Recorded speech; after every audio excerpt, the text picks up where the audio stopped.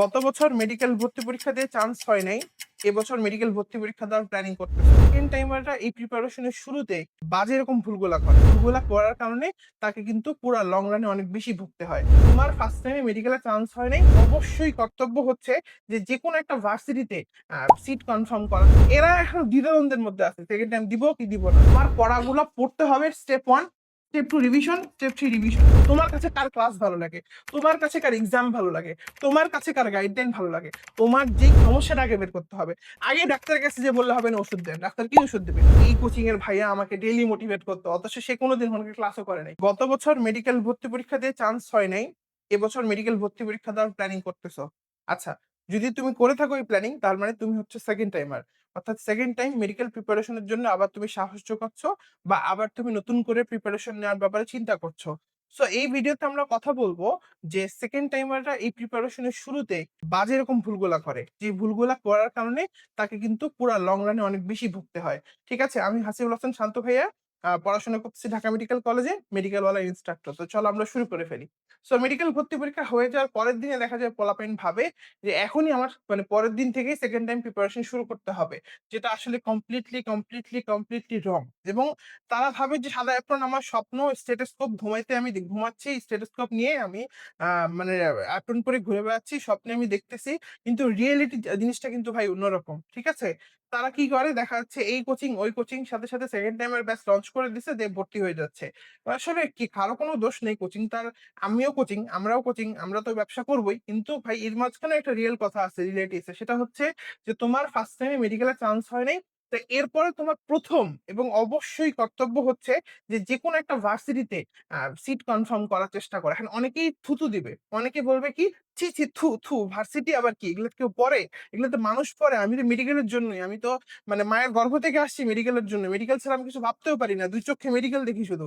না এই ভাই, তুমি যখন কদিন পর চান্স পাবা না, তখন তোমার কিন্তু সুর পাল্টাই যাবে। ঠিক আছে, তখন কিন্তু তোমার প্লেট নিয়ে ঘুরে বেড়াতে হবে যে ভাই আমাকে একটা চান্স দেন।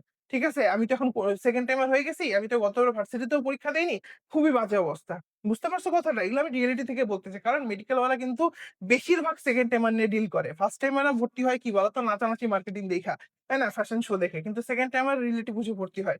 তো মেডিকেল ওয়ালা কিন্তু প্রচুর পরিমাণে সেকেন্ড টাইম নিয়ে ডিল করে। ঠিক আছে, এবং দেখা যায় যে এই সেকেন্ড টাইমাররা কি করে, একটা বিশাল বড় ভুল একদম ফার্স্ট স্টেপে করে, সেটা হচ্ছে নো ব্যাকআপ। মানে এরা কোনো ব্যাকআপ রাখে না, মানে কোথাও ভর্তি পরীক্ষা তো দেয় না, মানে বলে আমি মনে প্রাণে স্থির করে ফেলছি যে আমি মানে মেডিকেল ছাড়া পড়বই না, মানে তার পড়া একদম মানে হারাম হয়ে গেছে। বা এটা কখনই করা উচিত না। আর তুমি একটা কোনো জায়গায় ভর্তি হও, তুমি সামনে এগ্রি পরীক্ষা আছে বা সামনে জিএসটি পরীক্ষা আছে, আমি আবারও বলতেছি তুমি এগুলাকে যতই ছি ছি থু থু দাও, বাট টেকনিক্যালি এটা তোমার ব্যাকআপ। তুমি যদি সেকেন্ড টাইম, তুমি গ্যারান্টি দিতে পারবে না, এবছরও অনেক ঘটনা এরকম ঘটছে।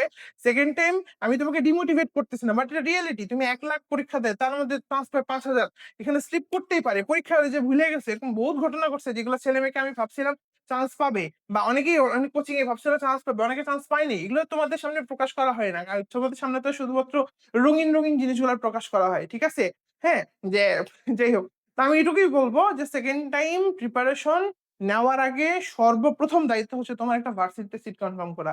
ভার্সিটিতে সিট পাওয়ার জন্য কি করতে হবে ভাই? তোমার যদি সেকেন্ড টাইমে, শোনো, এখন সেকেন্ড টাইম মেডিকেলে পরীক্ষা দিয়েও কিন্তু চান্স পাওয়া লাগবে, তাই না? তার মানে তোমার মাথার যে ঘেলু, এটা তো প্রমাণ করতে হবে। তোমার মাথার যদি ঘেলু থাকে, তাহলে তুমি এখনো ওই ভার্সিটির কোশ্চিন ব্যাংক গুলো উল্টায় হালকা পাতলা ক্লাস করে একটা সিট কনফার্ম করতে পারবা। আমি বারবার বলতেছি কথাটা। আর তুমি যদি দেখো যে তুমি ভার্সিটিতে ঠিক মতো চান্স পাইতেছো না ভাই, তাহলে সেকেন্ড টাইম প্রিপারেশন নেওয়া আরো কঠিন হয়ে যাবে, কারণ তুমি ওখানেও পাবা না, কারণ তোমার তো পড়াশোনার মন মানসিকতা নাই। ভাই যে পারে সে সব জায়গায় পারে, দেখবা, তাই না? সো প্রথম কথা হইতেছে, অবশ্যই আমাদের সামনে যে ভার্সিটি এক্সাম গুলো আছে, যেগুলোই আছে, যাই আছে, যেমনই প্রিপারেশন হোক, মেডিকেল ওয়ালা থেকে আমরা কিন্তু একদম প্রত্যেকটা ভার্সিটি যেগুলো যেগুলো ইম্পর্টেন্ট অ্যানালাইসিস গুলোকে কিন্তু বাংলা ফ্রিতে দিয়ে দিতেছে। ঠিক আছে, বাংলা জিনিস তো মানে খায় না বাঙালি। ঠিক আছে, সো ক্লাসগুলো করো, কোশ্চিন ব্যাংকেরটা কিনো, ক্লাসগুলো করো, নিজে একটু পড়াশোনা করো। এবং ভাইয়া যে কথাটা বলতেছে এটা শুনো, যে তুমি যে কোনো একটা জায়গাতে সিট কনফার্ম করো, এরপর তুমি সেকেন্ড টাইম প্রিপারেশন শুরু করো। ঠিক আছে, তো এইটা গেল 1 নম্বর। আরেকটা আছে, আরেক পার্টি, সেটা হচ্ছে টু লেট। এরা করবে কি, এরা এখন দ্বিধাদ্বন্দ্বের মধ্যে আছে, সেকেন্ড টাইম দিব কি দিব না, দিব কি দিব না, দিব কি দিব না, মানে কি করব বুঝতেছি না। মানে আমার তো মানে ওরা ভাবতেছে কি একদম দেখি কত দূর পর্যন্ত যাওয়া যায় ভার্সিটি এক্সাম গুলা দিয়ে, বুঝছো? এবং করবে কি একদম শেষ সময় যে জিএসটি টিএসটি দিয়ে লাস্টের দিকে যে যখন হয়তো 2 মাস 3 মাস থাকবে তখন সেকেন্ড টাইম প্রিপারেশন শুরু করবে। ভাই সেকেন্ড টাইম প্রিপারেশন তখন শুরু করে আসলে খুব একটা লাভ হয় না। কেন আমি তোমাকে বলি? সেকেন্ড টাইম এদের মানে প্রাইম মানে মোস্ট তোমার স্ট্রেংথের জায়গাটা কোনটা জানো? শক্তিশালী জায়গাটা কোনটা? সেটা হচ্ছে এরা সময় বেশি পায়। আর কিছু না। আর কিছুই না। এখন বলবো যে ভাই ফার্স্ট টাইম এরা তো কম সময় ভাই শোনো। কিছু মানুষ আছে এমনিতে জিনিয়াস। এরা একটু বললেই পারে। ভাই তুমি জিনিয়াস না। এটা তুমি এইজন্য তো তুমি ভাই তুমি আমি বলবো যে না ভাই আমি জিনিয়াস। ঠিক আছে তুমি জিনিয়াস বুঝলাম। ধরে নিচ্ছি তুমি জিনিয়াস না। ঠিক আছে? তো তোমাকে এই সময় পড়ে তো কি করতে হবে? নিজেকে ক্যাপাবল করতে হবে। তোমাকে সিলেবাসটা কমপক্ষে হলেও ১ বার, ২ বার, ৩ বার। ৩ বার সিলেবাসটা ঘুরে আসতে হবে। এখন তুমি যদি লাস্ট মোমেন্টে যে সিলেবাস শুরু করে কোনমতে একবার ঠেকায় দিয়ে যাও, ঘুরে উল্টে ফার্স্ট টাইমের মতোই হবে। মানে আসলে খুব একটা লাভ হবে না। তাহলে এখানে ২ টা পয়েন্ট খুব ভ্যালিড। ১ নাম্বার হচ্ছে ব্যাকআপ রাখতেই হবে। ২ নাম্বার হচ্ছে বেশি লেট করা যাবে না। মানে সেকেন্ড টাইম ব্যাচে ভর্তি হবো। দেখবা ইভেন আমি তোমাদের বলি ফার্স্ট টাইমে যখন ব্যাচ লঞ্চ হবে না কদিন পর ২৬ এর ইভেন তখনও দেখবো সেকেন্ড টাইমের ব্যাচ লঞ্চ হবে। ঠিক আছে?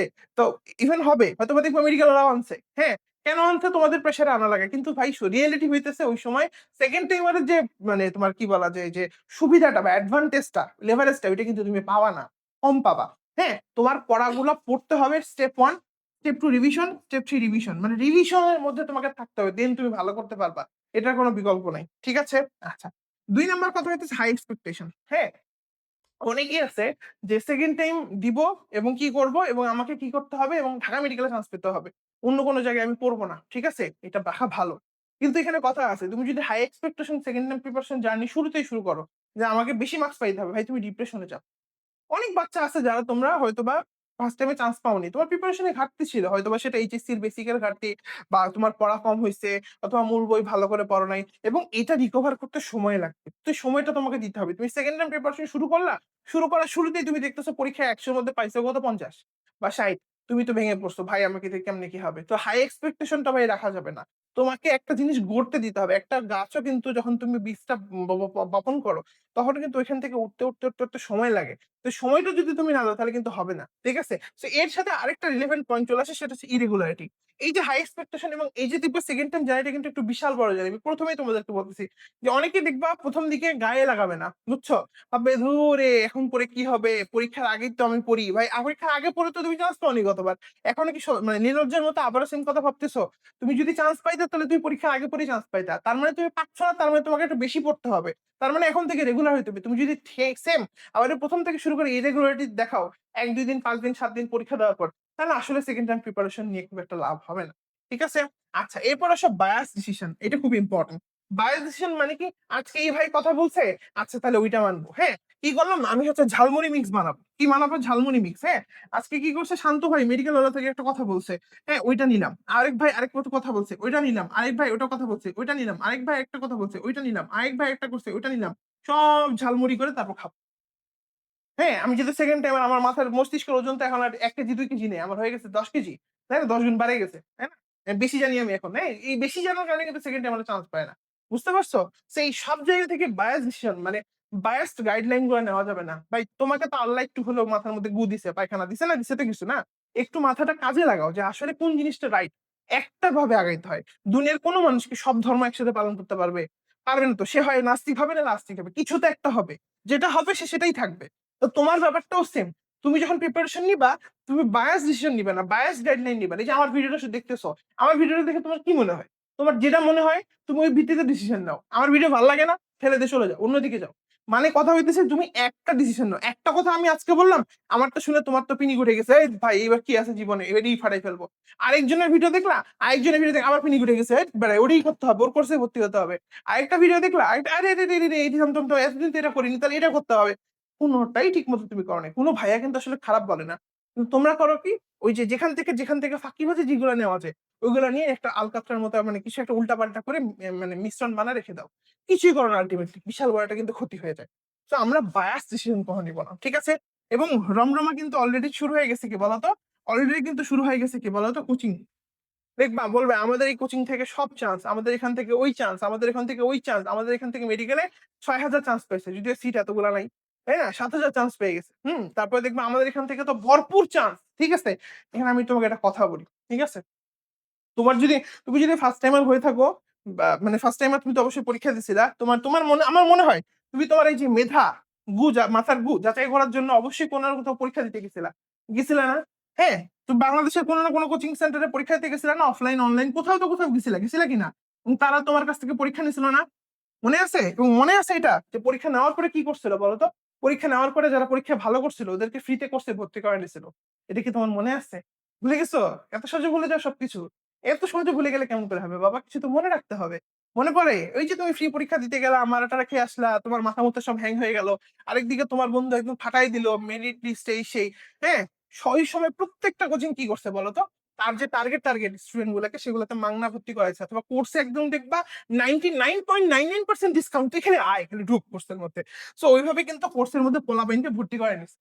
ঠিক আছে? এবং যখন রেজাল্টটা হইছে তখন বলতেছে দেখেন আমাদের সেরা সাফল্য, এই যে আমাদের সেরা সাফল্য, এই যে আমাদের সেরা সাফল্য। ঠিক আছে? এরকম কিন্তু তোমার সামনে ডিসপ্লে করতেছে। তা কথাটা তাই কি কথা, এই কথাগুলোকে আমি এই জন্য বলতেছি যে আমি তোমাকে মেডিকেল ওয়ালাতে ভর্তি হতে বলতেছি না। মেডিকেল ওয়ালার কন্টেন্ট ক্লাস কি জিনিস, মেডিকেল ওয়ালা কি জিনিস, যারা এটা করে তারা জানে। ঠিক আছে? এটা নিয়ে আমার কোনো কথা নেই। হ্যাঁ, তুমি যেখানেই ভর্তি হও আমি তোমাকে একটা কথাই শুধু বলবো যে এই যে সামনে তুমি যে পোস্টার গুলো দেখতেছো না, এগুলোর পিছনে অনেক মানে ডার্ক ইনসাইট লুকায় আছে, তুমি যেটা তো জানো না। ঠিক আছে? অনেক ডার্ক ইনসাইড লুকায় আছে। তুমি হয়তো ভাবতেছো আরে বাপরে বাপ, এখান থেকে ফার্স্ট তাইলে তো এটা ভাই জোস।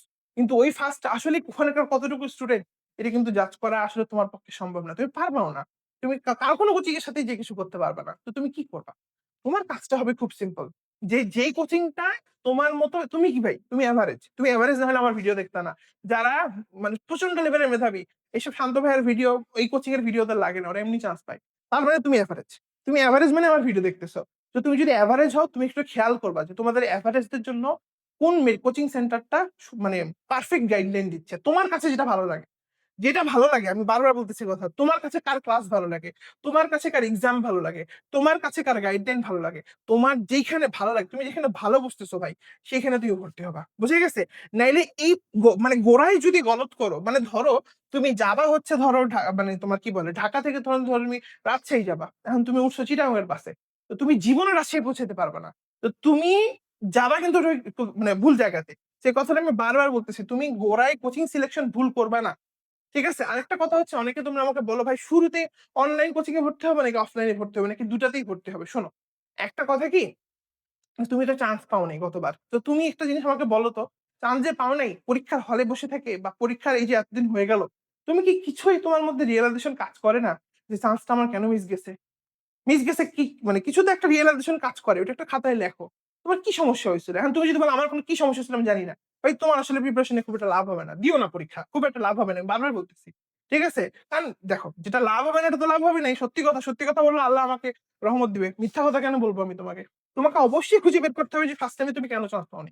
হ্যাঁ, আমার মতেই বেশিরভাগ ফলাফলে যে সমস্যাটা হয় সেটা হচ্ছে পড়াগুলো ঠিকমতো শেষ হয়নি, গুছায় শেষ হয়নি বা রিভিশন ঠিকমতো হয়নি বা এক্সাম প্রপার ভাবে দেওয়া হয়নি। তো এই সমস্যাগুলো মেজরলি হয়। তো এটা যদি হয়ে থাকে বাবা, তাহলে তুমি যেটা করতে পারো সেটা হচ্ছে তুমি ফার্স্টে হয়তোবা অনলাইনে কোচিং গুলাতে আগে তোমার সিলেবাসটা কমপ্লিট করো।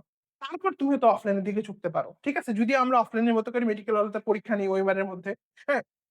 মানে ডেইলি তুমি বাসায় বসে থেকে অফলাইন কোচিং এর মতো তুমি বৃত্ত পাঠ করবা। বৃত্ত পাঠ করে তুমি হচ্ছে স্ক্যান করে রেজাল্ট পেয়ে যাবা। সেটা হোয়াটএভার, সেটা কথা না। কথা হচ্ছে তোমার যে সমস্যা, তোমার যে রোগ সে অনুযায়ী তুমি ট্রিটমেন্ট করবা। কিন্তু সমস্যাটা আগে বের করতে হবে। আগে ডাক্তারের কাছে যেয়ে বললে হবে না ওষুধ দেন। ডাক্তার কি ওষুধ দিবে? কথাটা বুঝো নাই? তুমি ফার্স্ট টাইমে কেন চান্স পাওনি এটা তোমাকে বের করতে হবে। তাই না? ডাক্তারের কাছে যে ধরো আমরা তো ডাক্তার কাইন্ড অফ। তোমার আমরা ট্রিটমেন্ট করব। তোমাকে আমরা একটা গাইডলাইন দিব যে এইভাবে করো, এভাবে করো, এভাবে করো। কিন্তু তুমি তোমার রোগটা কি তুমি নিজে জানো না। তাহলে কি হবে? তুমি একটু খুঁজে বের করো যে তোমার কোন জায়গাগুলোতে সমস্যা হচ্ছিল। কেন তুমি চান্স পাও নাই? কেন এত এভারেজ একটা কোয়েশ্চেন হওয়ার পরে তোমার পরীক্ষাটা খারাপ হইলো? রাইট? আমরা তো শুধু বাংলাদেশের শিক্ষা পদ্ধতি বা স্বাস্থ্য মন্ত্রণালয়কে দোষ দিয়ে পার পাবো না বাবা। তাই আজকে এটা করছে, সামনের বছর আরেকটা করবে, তারপরের বছর আরেকটা করবে। তুমি হয়তো মানে দুসায় চলে যাবা। কিন্তু লাভ কি হবে? ক্ষতি তো তোমার জীবনের হয়ে যাবে, তাই না? তো আমি এটুকুই বলবো যে তুমি এই যে কোচিং সিলেকশন এর যে ব্যাপারটা, এটা খুব ঠান্ডা মাথায় করো। মানে কখনোই হাইপার হয়ে ডিসিশন নিও না, হ্যাঁ? তুমি একটা কোচিং এ ভর্তি হবা, পুরা সিস্টেমটা, পুরা স্কিমাটা ভালো করে বুঝো। তারপর ভর্তি হও। হুট করে তুমি এখান থেকে এতগুলা ভর্তি হইছে, চান্স পাইছে, এতগুলো সেলিব্রেশন বাহ! ভাই সেলিব্রেশনে মানুষকে মাংনা এন্ট্রি দেয়। তুমি জানো? মাংনা এন্ট্রি দেয় পোলাপাইনকে। সেলিব্রেশনে তুমি মানে এগুলো বলাটা ঠিক হবে না। আমি এটুকু শুধু বলব যে তুমি কোচিং সিলেকশনটা খুব ঠান্ডা মাথায় করো। হ্যাঁ? কারণ কিছু কোচিং আছে, কিছু জায়গা আছে যেগুলাতে তোমাদেরকে কোনমতে যদি পার করায়, স্টিল ওখান থেকে পোলাপাইন চান্স হবে। কারণ ওরা দেশের বিভিন্ন জায়গা থেকে ভালো স্টুডেন্ট গুলোকে মাগনা ভর্তি করে নাই। কথাটা বুঝতে পেরেছো? সেই জায়গাটা সাবধান, এই জায়গাটাতে কিন্তু সতর্ক থাকতে হবে। ঠিক আছে? দেখবা ডিসকাউন্টে ভর্তি হচ্ছে, তুমি জানোও না। হ্যাঁ? যে ছেলেটা বা মেয়েটা তোমার সামনে এসে বলতেছে, "আমি এই কোচিং এর ভাইয়া আমাকে ডেইলি মোটিভেট করতো।" অথচ সে কোনদিন মনে করি ক্লাসও করে নাই। বুঝতে পারছো কথাটা? কিন্তু তাকে বলতে হচ্ছে। হ্যাঁ? কিছু করার নেই আসলে রিয়েলিটি। যাই হোক, এই হচ্ছে পুরোপুরি ভিডিওটা। আমি পুরা ভিডিওর মধ্যে কিন্তু সেকেন্ড টাইমাররা এই প্রিপারেশন এর একদম জার্নির শুরুতে কি ভুলগুলা করে একদম শুরুর পর্যায়ে এই কথা নিয়ে কথা বললাম। সেকেন্ড টাইমারদের নিয়ে আরো ভিডিও আসবে ইনশাআল্লাহ। সেই পর্যন্ত স্টে টিউনড। আর তোমাদের জন্য অবশ্যই দোয়া থাকলো। আল্লাহ তোমাদের যেন সেকেন্ড টাইমার মানে সেকেন্ড টাইম প্রিপারেশন এর যে জার্নিটা সেই স্বপ্নটা যেন পূরণ করে ইনশাআল্লাহ। আবার দেখা হবে। সে পর্যন্ত ভালো থাকো, সুস্থ থাকো। আসসালামু আলাইকুম।